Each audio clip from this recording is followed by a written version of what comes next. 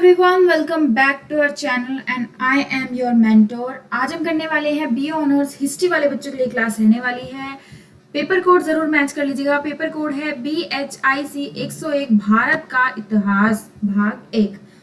Paper code match करने के साथ ही ये जून सेशन वाले बच्चों के लिए बहुत ही इंपॉर्टेंट क्लास रहने वाली है। इसमें इंपॉर्टेंट क्वेश्चंस को आज हम कवर करने वाले हैं, इसलिए वीडियो को एंड तक जरूर देखिएगा। अगर आप चैनल पे नए हैं तो चैनल को अभी सब्सक्राइब कर लीजिए आगे की इंपॉर्टेंट वीडियोस के लिए। और अगर अभी तक आपने इस चैनल को सब्सक्राइब नहीं है, सब्सक्राइब कर लीजिए, वीडियो को लाइक कर दीजिए, अपने दोस्तों के साथ शेयर करना मत भूलिएगा। साथ ही अगर आपको कोई भी डाउट है तो आप कमेंट सेक्शन में बता सकते हैं, ठीक है। और वीडियो को स्टार्ट करने से पहले अगर अभी तक आपने गैस पेपर परचेज नहीं किए हैं या फिर अभी तक आपने किसी भी सब्जेक्ट का पेपर है और अभी तक उसके बारे में कुछ भी नहीं पढ़ा है तो आप हमारे गैस पेपर परचेज कर सकते हैं। उसमें कुछ इंपॉर्टेंट क्वेश्चंस हैं जो सीधे सीधे आपके पेपर से कनेक्ट करते हैं और मैक्सिमम पोर्शन कवर करते हैं, ठीक है। तो आपको क्या करना है, सिंपली इस वीडियो के डिस्क्रिप्शन में आपको लिंक मिलेगा, उस पर क्लिक करना है और लिंक को क्लिक करते ही कुछ इस तरीके का इंटरफेस आपके सामने खुलकर सामने आएगा। इसमें आपको यहाँ सर्च सेक्शन पे जाना है। एक और इन्फॉर्मेशन, अगर आपको लिंक नहीं खुलती है तो आप गूगल पे सर्च कर सकते हैं shop.hindustanknowledge.com, ठीक है।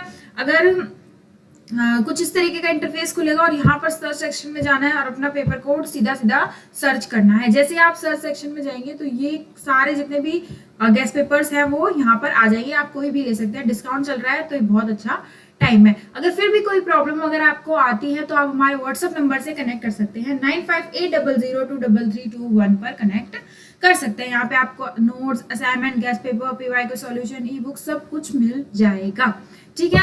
और इम्पोर्टेंट अपडेट्स के लिए आप टेलीग्राम चैनल को अभी ज्वाइन कर लीजिए, व्हाट्सएप ग्रुप को भी अभी ज्वाइन कर लीजिए, ठीक है। वीडियो को स्टार्ट करते हैं और हमेशा याद रखिएगा जब भी आप अपना क्वेश्चन अटेम्प्ट करेंगे तो आपको क्वेश्चन में ये समझना है कि क्वेश्चन में एग्जैक्टली पूछा क्या है, ठीक है। तो पहला क्वेश्चन है, हड़प्पा अर्थव्यवस्था के विभिन्न पहलुओं का विश्लेषण कीजिए। यानी हमें जो है हड़प्पा अर्थव्यवस्था के पहलुओं का वर्णन करना है।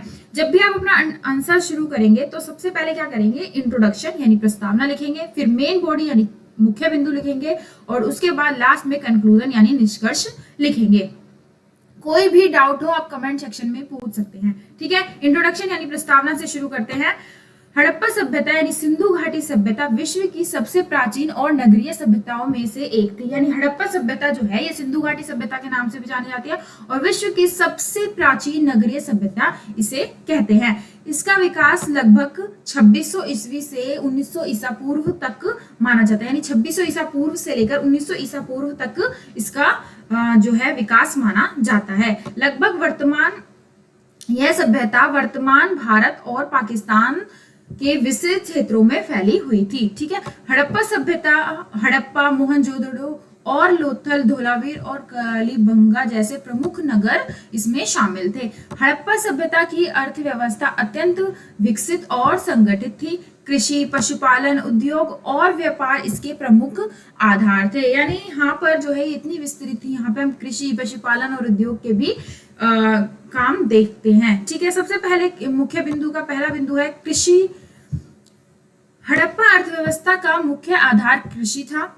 हड़प्पा के अधिकांश नगर नदियों के किनारे बसे होते थे, जिससे खेती के लिए उपजाऊ भूमि और जल की उपलब्धता बनी रहती है। यानी हमारी जो नदियां हैं उनके पास की जो भूमि होती है बहुत ही उपजाऊ और जल वहां पे इजीली अवेलेबल हो जाता है, इसलिए वो बहुत ही इंपॉर्टेंट रोल रखती है। नदियां जो है कृषि के लिए बहुत महत्वपूर्ण आधार मानी जाती हैं। हड़प्पा के लोग गेहूं, जौ, चावल, तिल, सरसों, मटर और कपास जैसी फसलें उगाते थे। यानी हम देखते हैं कि उस समय जौ, गेहूं और तिलहन ये सारी फसलें वहां उगाई जाती थी। कपास की खेती का सबसे प्राचीन प्रमाण इस सभ्यता से हमें मिलता है। यानी सबसे पुराना जब हम देखते हैं कपास की खेती हुई थी वो सब इसी हड़प्पा सभ्यता में देखने को मिलती है। किसानों द्वारा हल का उपयोग किया जाता था, यानी इस समय हल का उपयोग भी था। कालीबंगा से जुते हुए खेतों के प्रमाण भी मिलते हैं। बहुत इंपॉर्टेंट लाइन है कि जुते हुए खेतों के प्रमाण कहाँ मिलते हैं, कालीबंगा से मिलते हैं, जो उनकी उन्नत कृषि पद्धति को दर्शाता है, ठीक है। अगला पॉइंट है पशुपालन। कृषि के साथ साथ पशुपालन की हड़प्पा अर्थव्यवस्था महत्वपूर्ण भाग था। यानी कृषि के साथ साथ जो पशुपालन है ये भी अर्थव्यवस्था का बहुत ही महत्वपूर्ण भाग था। लोग गाय, बैल, भैंस, भेड़, बकरी, कुत्ते पालते थे। बैलों का उपयोग खेत जोतने व सामान ढोने के लिए किया जाता था। यानी आप अपने शायद अभी भी, अभी तो मैंने नहीं देखा है, लेकिन सुना है कि बैलों के जरिए जो है खेत जोते जाते थे और सामान ढोने का भी ये काम करते थे, जब इतने साधन उपलब्ध नहीं थे, वाहन उपलब्ध नहीं थे। पशुओं से दूध, मांस व अन्य आवश्यकताओं की पूर्ति की जाती थी। पशुओं ने कृषि उत्पादन और परिवहन दोनों में सहायता प्रदान की, जिससे आर्थिक गतिविधियों को बढ़ावा मिला। ठीक है, अगला पॉइंट है उद्योग और शिल्प। हड़प्पा सभ्यता में अनेक प्रकार के उद्योग विकसित थे। यहाँ के कारीगर मिट्टी के बर्तन, मन के आभूषण व धातु के उपकरण और मूर्ति बनाने में बहुत कुशल थे। ठीक है, तांबा, कांसा, सोना, चांदी जैसे धातुओं का उपयोग विभिन्न वस्तुओं के निर्माण के लिए किया जाता था। चुहोंदड़ो, लोथल जैसे नगरों में मनकों का निर्माण, यानी मनकों के निर्माण का मुख्य केंद्र लोथल, चुहोंदड़ो हमें देखने को मिलते हैं। तांबा, कांसा, सोना, चांदी की धातु इधर से बनाई जाती थी। कपड़ा उद्योग भी विकसित हो गए थे और कपास से वस्त्र बनाए जाते थे। इस उद्योग से आर्थिक समृद्धि को महत्वपूर्ण योगदान दिया। यानी इस पद्धति से हम देखते हैं कि उद्योगों की समृद्धि में बहुत महत्वपूर्ण योगदान मिला। व्यापार और वाणिज्य। हड़प्पा सभ्यता का व्यापारिक नेटवर्क बहुत ही विस्तृत था। आंतरिक तथा बाहरी दोनों प्रकार के व्यापार यहाँ किए जाते थे। यानी हड़प्पा सभ्यता का जो व्यापार नेटवर्क था, यानी देशों से जो व्यापार था, वो बहुत ज्यादा अच्छा था। बाहरी और आंतरिक भी, मतलब देश के अंदर भी और बाहर भी हमें व्यापार देखने को मिलता है। आंतरिक व्यापार के माध्यम से विभिन्न नगरों के बीच वस्तुओं का आदान प्रदान किया जाता था। बाहरी व्यापार जैसे मेसोपोटामिया, वर्तमान इराक और अफगानिस्तान और इराक जैसे क्षेत्रों के साथ भी व्यापार देखने को मिलता है। ठीक है, मेसोपोटामिया के अभिलेखों में हड़प्पा क्षेत्र को मेलुहा कहा गया है। ठीक है, लोथल का बंदरगाह समुद्री व्यापार का एक महत्वपूर्ण केंद्र था। व्यापार में मन के, कपास, धातु उत्पाद और कीमती पत्थरों का निर्माण यहाँ देखने को मिलता है। यानी हम देखते हैं कि लोथल में जो है समुद्री व्यापार सबसे ज्यादा था और यहाँ पे बहुत सारे जो महत्वपूर्ण निर्माण है वो किए जाते थे, जैसे कीमती पत्थर के, धातु, मन के, ये सब बनाए जाते थे। व्यापार की सुविधा के लिए मानकीकृत बाट और माप प्रणाली का प्रयोग किया जाता था। यानी आप अभी भी देखते हैं कि बहुत सारे लोग जो है बाट का प्रयोग करके तोल करते हैं, वो उस समय भी देखने को मिलता है। परिवहन व्यवस्था। व्यापार और आर्थिक गतिविधियों के लिए परिवहन का विशेष महत्व था। यानी हड़प्पा वासी जो है बैलगाड़ी और नावों का उपयोग करते थे। मिट्टी से बनी बैलगाड़ी के खिलौने व नावों के चित्र जैसे चीजें के प्रमाण भी वहां मिले हैं। नदियों और समुद्री मार्ग के माध्यम से दूर दूर तक व्यापार किया जाता था। इससे विभिन्न क्षेत्रों के बीच आर्थिक संबंध बहुत मजबूत हो रहा था। निष्कर्ष की तरफ बढ़ते हैं। निष्कर्ष के बिना आपका क्वेश्चन बिल्कुल अधूरा है, इसलिए जरूर निष्कर्ष लिखे कीजिए, या तो 2 लाइन या 4 लाइन का जरूर लिखना है। हड़प्पा सभ्यता की अर्थव्यवस्था कृषि, पशुपालन, उद्योग, व्यापार और परिवहन पर आधारित एक संतुलित एवं विकसित अर्थव्यवस्था थी। उन्नत कृषि पद्धति, विकसित शिल्प, उद्योग और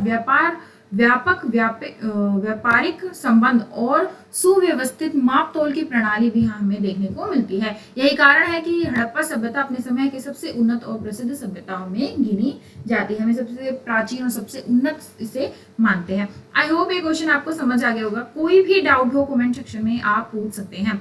ठीक है, अगला क्वेश्चन है वैदिक धर्म व उससे संबंधित धार्मिक प्रथाओं पर विस्तृत चर्चा कीजिए। यानी वैदिक धर्म जो थे उनके बारे में बताना है और उससे जो संबंधित धार्मिक प्रथाएं हैं उनके बारे में हमें बताना है। इंट्रोडक्शन यानी प्रस्तावना से शुरू करेंगे। वैदिक धर्म भारत के सबसे प्राचीन धर्मों में से एक है। यानी वैदिक धर्म जो है सबसे प्राचीन धर्मों में से एक माना जाता है। इसका आधार ही वेद है, जैसे इसका नाम ही वैदिक काल है, यानी वेदों से ये जुड़ा हुआ है।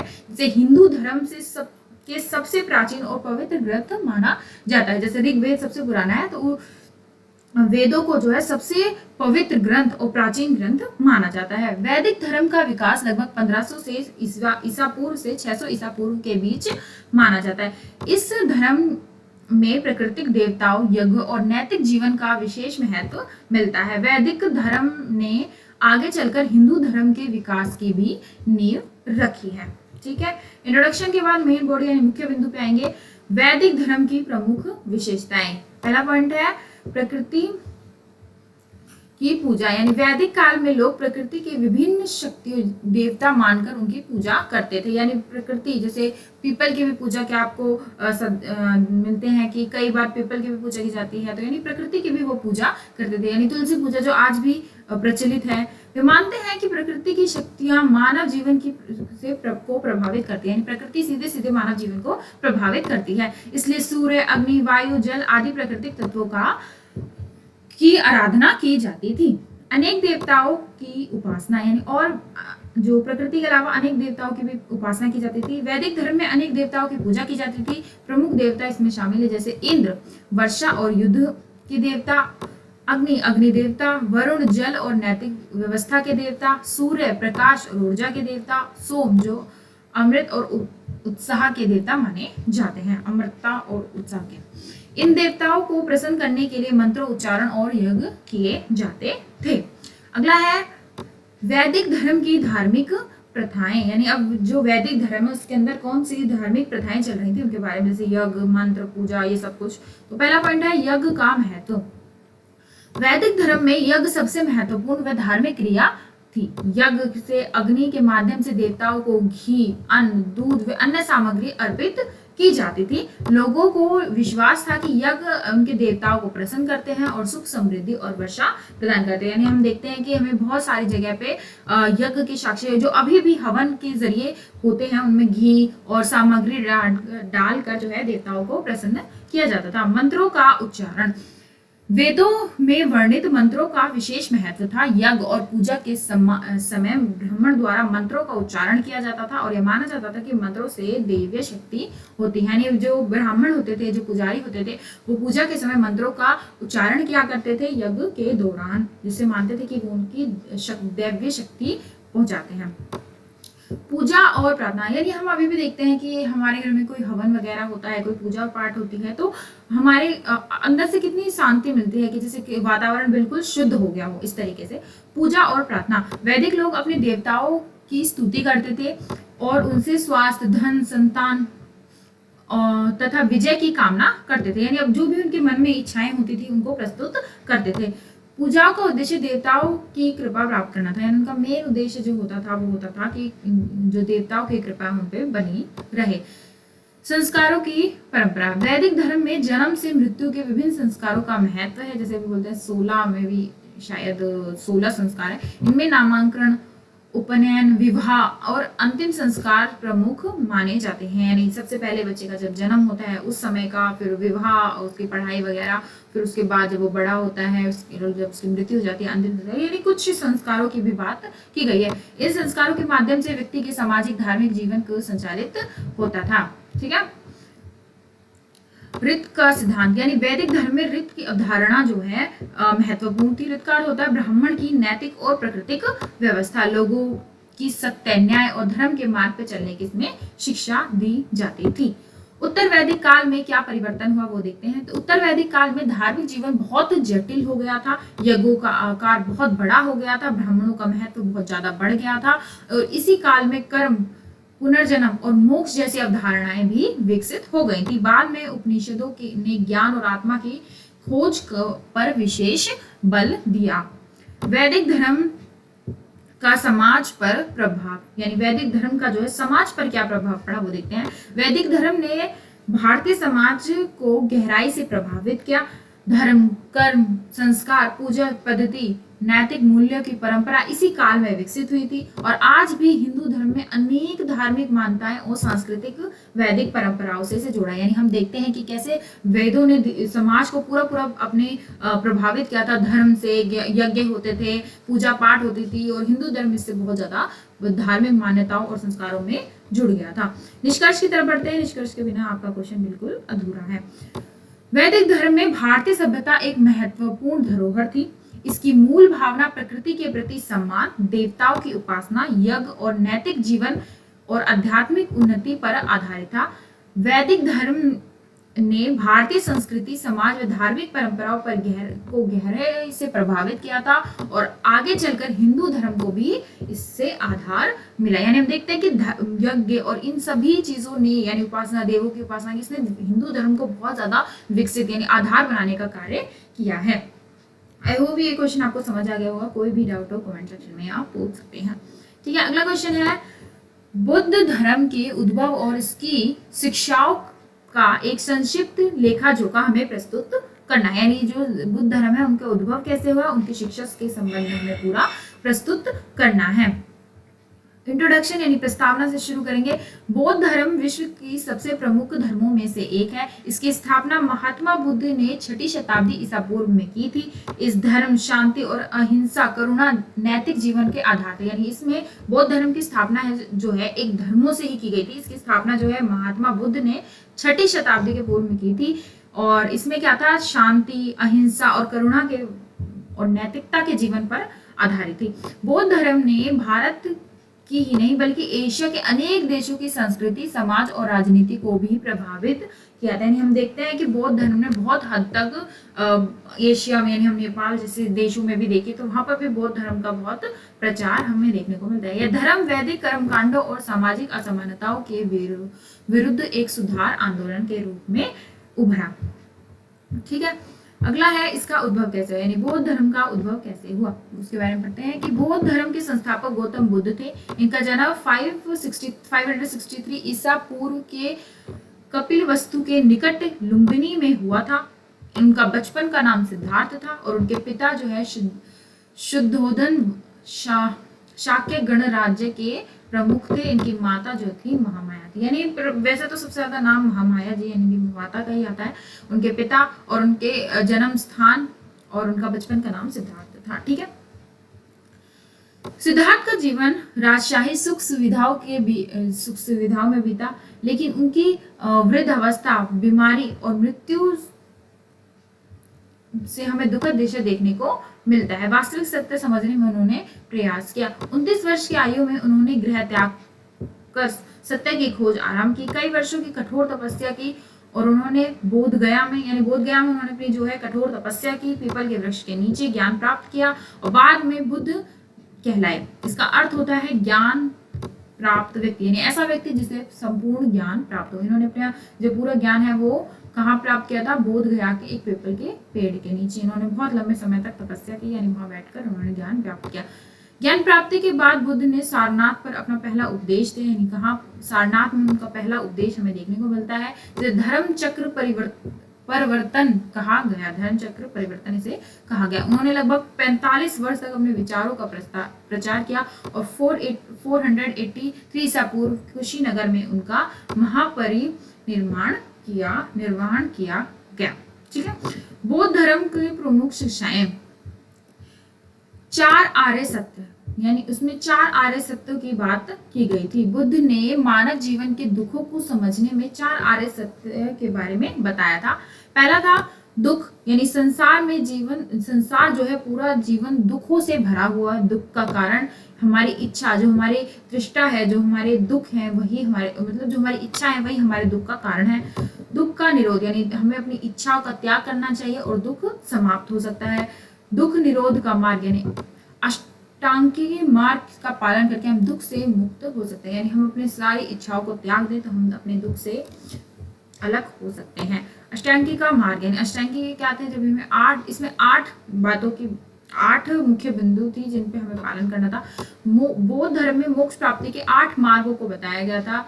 समन्वय दृष्टि, समन्वय संकल्प, वाणी, धर्म, आजीविका, प्रयास और स्मृति समाधि। यानी ये कुछ 8 पॉइंट थे जिनका प्रयोग करके दुख से दूर रहा जा सकता था। इनका पालन करके एक व्यक्ति आदर्श और सुखी जीवन जी सकता था। अगला है अहिंसा और करुणा। बुद्ध ने सभी जीवों के प्रति दया और करुणा के उपदेश दिए हैं। उन्होंने हिंसा, क्रोध और घृणा का विरोध किया है, प्रेम और सहानुभूति को बढ़ावा दिया है। ठीक है, मध्य मार्ग। बुद्ध ने अत्यधिक भोग विलास और कठोर तपस्या दोनों को अनुचित बताया है। उन्होंने इसके बीच संतुलित मार्ग का, यानी मध्य मार्ग कहा है। यानी हमें ना तो बहुत ज्यादा भोग विलास या कठोर तपस्या में ध्यान देना चाहिए, हमें दोनों का मिश्रण यानी मध्य मार्ग को चुनना चाहिए। इसी को उन्होंने मध्य मार्ग कहा है। कर्म और पुनर्जन्म। बौद्ध धर्म के अनुसार व्यक्ति अपने कर्म और अपने भविष्य को निर्धारित करता है, यानी आज जो हम कार्य करेंगे हमारे भविष्य का निर्माण करेगा। अगर हम अच्छे काम करेंगे तो हमें अच्छे फल मिलेंगे, बुरे करेंगे तो हमें दुख का सामना करना पड़ेगा। कर्मों के आधार पर पुनर्जन्म भी होता है, यानी अगर हम इस जन्म में कोई अच्छा काम नहीं करेंगे तो हमारा जो अगला जन्म है वो अच्छा नहीं होगा। बौद्ध धर्म का महत्व पढ़ लेते हैं। बौद्ध धर्म में समाज में समानता, नैतिकता और मानवता की भावना को बढ़ावा दिया, यानी बौद्ध धर्म जो था उसमें समानता, नैतिकता और मानवता की भावना को बढ़ावा दिया था। इसने जाति पाति जटिल कर्म कांडों का विरोध किया था, यानी बहुत ज्यादा कर्म कांड अंधविश्वासों पर इसने साथ नहीं दिया था, नैतिकता पर ज्यादा जोर दिया था। इसी कारण भारतीय समाज में सामाजिक सुधार और धार्मिक सहिष्णुता को बल मिला। निष्कर्ष के बिना आपका क्वेश्चन अधूरा है, इसलिए निष्कर्ष एंड में जरूर लिखेंगे। बौद्ध धर्म एक सरल और व्यवहारिक और मानवतावादी धर्म था, यानी बौद्ध धर्म बहुत सरल और एक बहुत ही सबोध हम कहेंगे इस तरीके का धर्म था। इसकी शिक्षाएं आज भी उतनी ही प्रासंगिक है जितनी प्राचीन काल में थी। जैसे उस समय वो प्रचलित हुई, आज भी हम देखते हैं कि बहुत सारी जगह पे ये प्रचलित है। सत्य, अहिंसा, करुणा, मध्य मार्ग के सिद्धांत में मानव जीवन की शांति और सुख की ओर ले जाते हैं, यानी जब हम सत्य, अहिंसा का मार्ग और मध्य मार्ग के सिद्धांत को अपना लेते हैं तो हम शांति और सुख की ओर अपने जीवन को ले जाते हैं। इसलिए बौद्ध धर्म का विश्व इतिहास और भारतीय संस्कृति में अत्यंत महत्वपूर्ण स्थान देखने को मिलता है। आई होप ये क्वेश्चन समझ आ गया, और कोई भी डाउट हो कमेंट सेक्शन में पूछ सकते हैं। अगला क्वेश्चन पे बढ़ते हैं। 6ठी शताब्दी ईसा पूर्व में विकसित हुए नगरीकरण की मुख्य विशेषताएं क्या थी, यानी 6ठी शताब्दी में जो नगरीकरण का विकास है उसकी जो विकास हो रहा था उसके मुख्य विशेषताएं हमें बतानी है। हमेशा क्वेश्चन इंट्रोडक्शन यानी प्रस्तावना से शुरू करेंगे।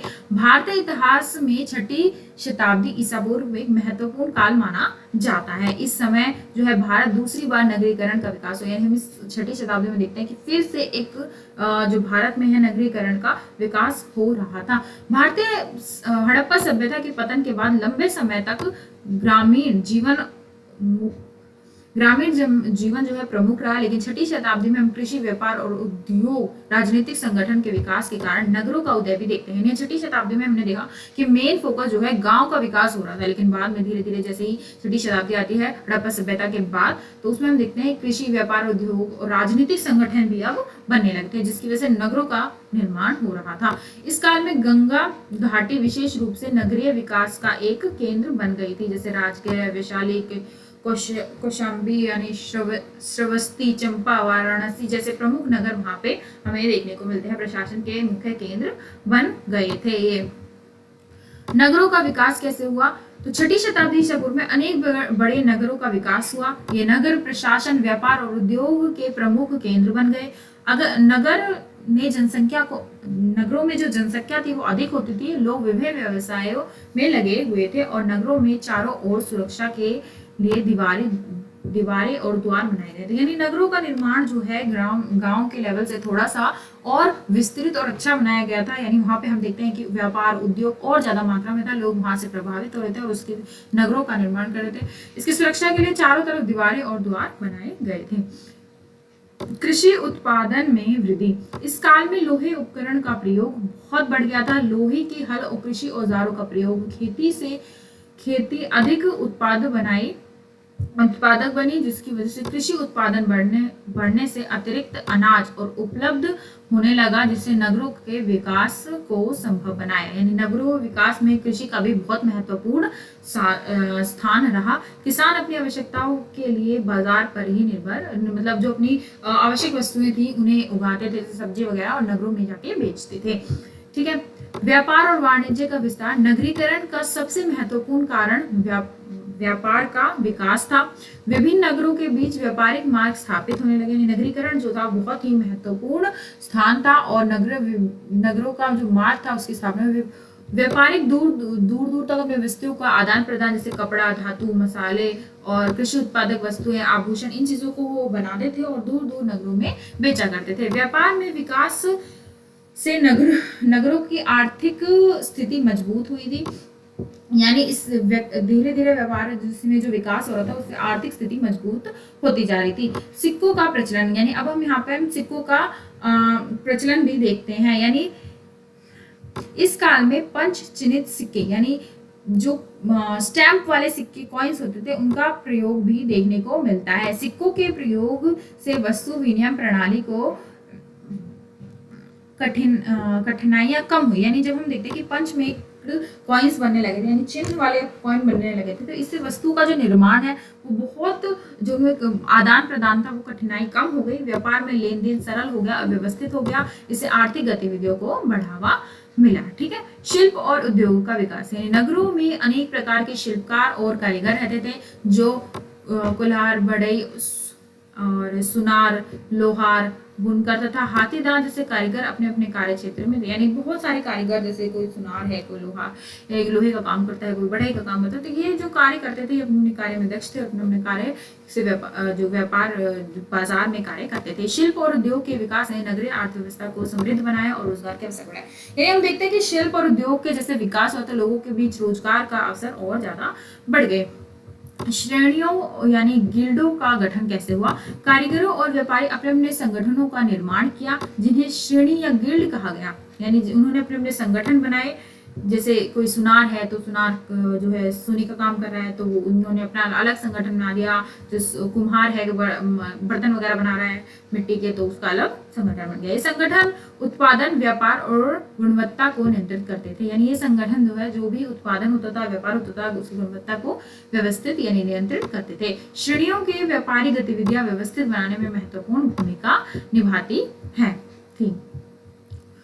महाजनपदों का उदय, यानी इस समय 16 महाजनपदों का विकास देखने को मिलता है। बहुत इंपॉर्टेंट लाइन है कि इस समय हमें 16 महाजनपद देखने को मिले, जिसमें सबसे इंपॉर्टेंट मगध था। ठीक है। आप इसमें लिख सकते हैं पॉइंट, सबसे महत्वपूर्ण जो महाजनपद था उसे मगध था। तो शक्तिशाली राज्यों की स्थापना व राजनीतिक स्थिरता आई और राज्य प्रशासन, सुरक्षा, व्यापारिक मार्ग की रक्षा करते थे। जैसे नगरों का विकास तेजी से होने लगा था, यानी अब राज्यों के अंदर सुरक्षा, व्यापार, राज्य व्यवस्था चलने लगी थी। इसमें अगर आप महाजनपद में मगध का उदाहरण देंगे तो बहुत अच्छा रहेगा, आपका आंसर और ज्यादा निखर के आएगा, क्योंकि उदाहरणों से जो है आंसर और ज्यादा निखर कर आता है। जैसे आपको कोई किसी चीज का उदाहरण देखने को मिलता है तो आप उसे ऐड कर सकते हैं, क्योंकि आपके पास ये पेपर लिखने का लास्ट मौका है। अब इसके आगे आपको इसके ना पढ़ना है ना लिखना है, तो आप क्या करेंगे, जितना भी आपको आता है वो सब इसमें लिख देना है, बस इतना। पर इतना भी नहीं लिखना है कि आप एक क्वेश्चन में इतना लिखने चले जाओ कि बाकी क्वेश्चन को टाइम दे दो। जितना पेज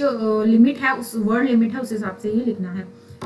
सामाजिक परिवर्तन, नगरीकरण के कारण समाज नए वर्गों का उदय हुआ। व्यापारी, शिल्पकार और धनिक वर्ग अधिक प्रभावशाली बने। लोगों की जीवन शैली में परिवर्तन आया और आर्थिक गतिविधियां बढ़ी और नगरों के विभिन्न समुदाय और व्यवसाय लोगों के साथ रहने लगे। अब धीरे धीरे व्यवस्थित चीजें होने लगी थी, समाज परिवर्तन होने लगे थे, जो समाज प्रभावशाली हुए, धीरे धीरे उनकी जीवन शैली भी परिवर्तित होने लगी थी। निष्कर्ष के बिना आंसर बिल्कुल अधूरा है, इसलिए जरूर लिखेगा। 6ठी शताब्दी ईसा पूर्व में नगरीकरण भारतीय इतिहास का एक महत्वपूर्ण परिवर्तन था। कृषि, उत्पादन, व्यापार, उद्योग, सिक्का प्रचलन, श्रेणियों का गठन, महाजनपदों का उदय, नगरों का विकास भी हमें देखने को मिलता है। इस नगरीकरण ने भारत की आर्थिक, सामाजिक, राजनीतिक और संरचनात्मकता को एक नई दिशा दी तथा आगे चलकर भारतीय सभ्यता का विकास को मजबूत नींव रखी। यानी हम देखते हैं कि यहीं से शुरुआत होती है एक बहुत ही अच्छी व्यवस्था, बहुत ही शासन व्यवस्था। हमें अपनी शासन व्यवस्था के जो स्रोत हैं उन्हीं से पता चला है कि हमें आगे क्या करना है। व्यापार के स्रोतों से ही पता चला है कि किस तरीके से हम अपने और निखार सकते हैं। पुरानी चीजों से हमें पता चलता है कि हम क्या परिवर्तन कर सकते हैं। ठीक है। तो यहाँ खत्म होते हैं आपके इंपॉर्टेंट क्वेश्चन। और भी अगर आपको कोई गेस्ट पेपर परचेज करने तो आप व्हाट्सएप नंबर से कमेंट कर सकते हैं या हमारी वेबसाइट पर विजिट कर सकते हैं। मिलते हैं नेक्स्ट वीडियो में, तब तक के लिए पेपर के लिए बेस्ट ऑफ लक। बहुत अच्छे से लिखिएगा और टाइम का भी ध्यान रखिएगा। Okay, thank you.